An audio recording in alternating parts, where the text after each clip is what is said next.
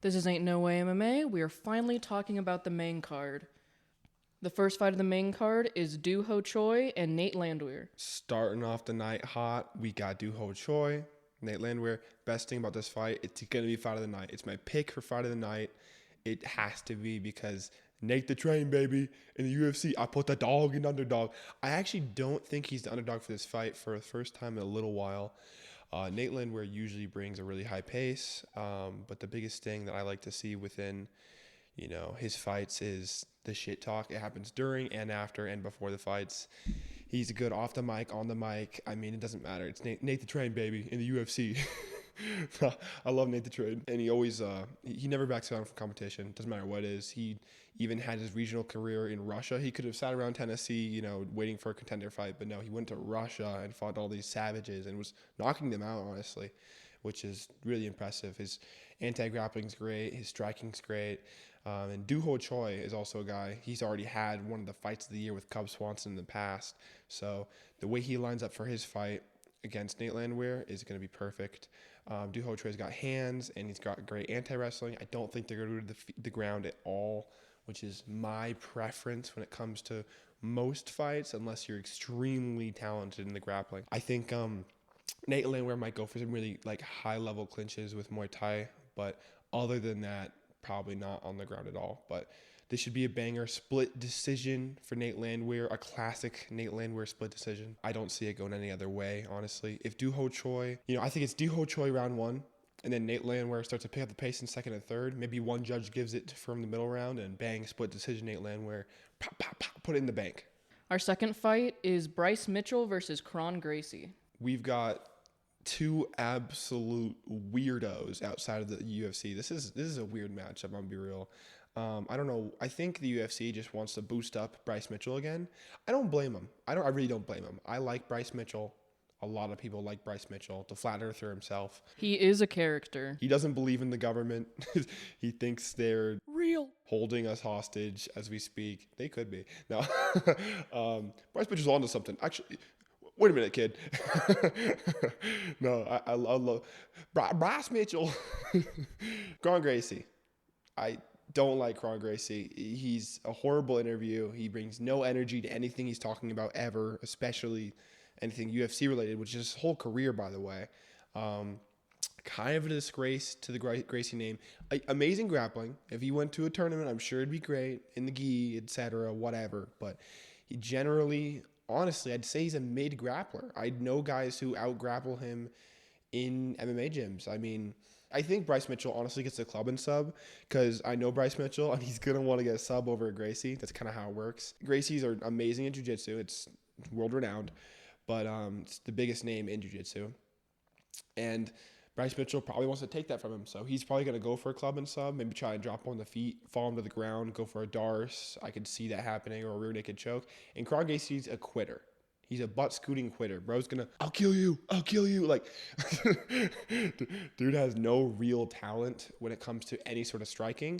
And, I mean, of course, he's a talented grappler, but you need a lot more than that to succeed in the UFC. We saw that from a lot of guys like Ryan Hall or, you have to mix it up. You got to be a Charles Oliveira. You got to be, someone with some talent behind it. And I think Bryce Mitchell's that guy. So I think Bryce Mitchell clubs and subs him. Maybe, I want to say round 3. I think he breaks him down and maybe somehow gets a submission round 3. That's like my hot pick of the night. But this should be pretty good as long as Kron Gracie isn't butt scooting and Bryce Mitchell refuses to follow him down. If he refuses to follow him down and doesn't trust in his own grappling, that's where I could see it being a little boring or issues starting to be created. Our third fight of the night is Cyril Gane versus Alexander Volkov. This is the rematch that no one needed. We already watched unanimous decision between Cyril Gane and Alexander Volkov. Cyril Gane dominated.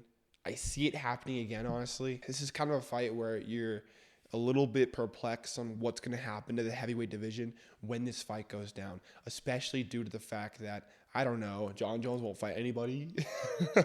Bro's terrified to fight Tom. He doesn't want to fight any prospect. He wants to go fight another legend and Alex Pereira, which Pereira's literally said himself he doesn't want to fight him. He's happy at light heavyweight, so unless John Jones makes a cut and vacates the title, I don't see a world where this actually happens as a fight.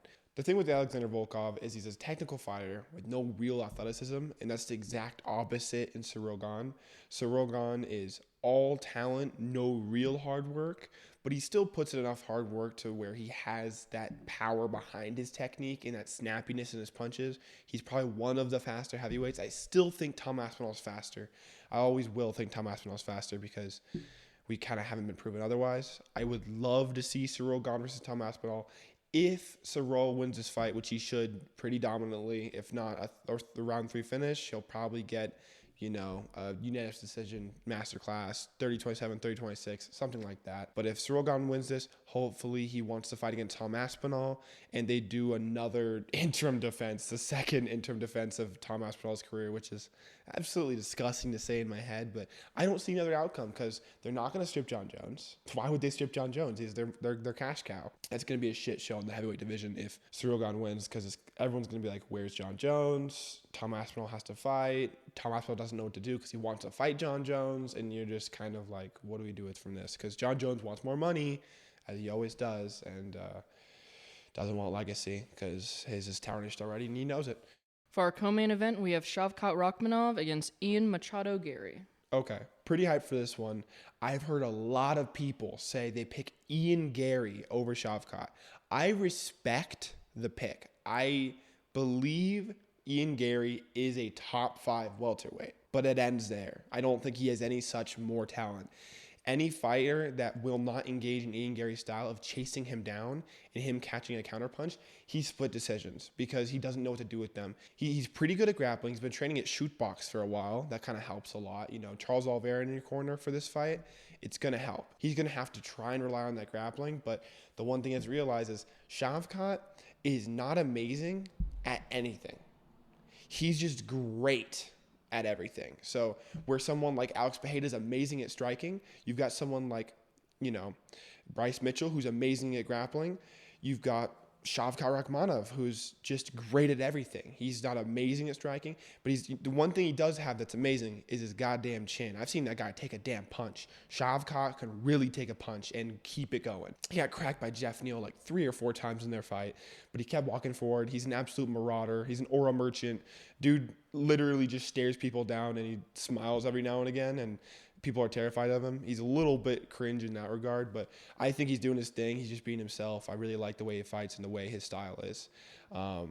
But Ian Gary, we know the cuck himself. No one really likes Ian Gary very much, and I don't blame them. I was really hoping for a Buckley versus Cuckley. Oh my God, Buckley versus Cuckley would have been fire. Joaquin Buckley, I love the way he promotes things. I think he's really going to be like a high-level, stacked-up talent in the welterweight division. I still think Buckley versus Cuckley is going to happen. I think it'll be, Buck versus Cuck. It'll be Joaquin Buckley versus Ian Gary. I think it will happen still. I think it's just going to take some time, some marination. It's going to need some movement in the welterweight division first. And I think Buckley needs another win under his belt, and Ian Gary's going to have his, so he might fight for a title. If he loses, he'll fight Buckley, etc. They'll meet each other at some point, I hope. I think it's kind of in the cards. But regardless, I've got Shavkat probably coming in with a round 3 TKO because Ian Gary's proved to be a little chinny when he does get touched. If there's a guy's going to touch him, it's a pressure fighter like Shavkat Rakhmonov, who just comes at you like an absolute marauder. Reminds me of Pantoja in a lot of ways, just as a welterweight, where he's great at everything, not amazing at one thing. So it'll be a really interesting matchup. I'm leaning Shavkat UD or Shavkat round 3 TKO. For our main event, we have Kai Asakura against Alexandre Pantoja. Initially, I was saying Pantoja's going to walk this kid, not UFC caliber.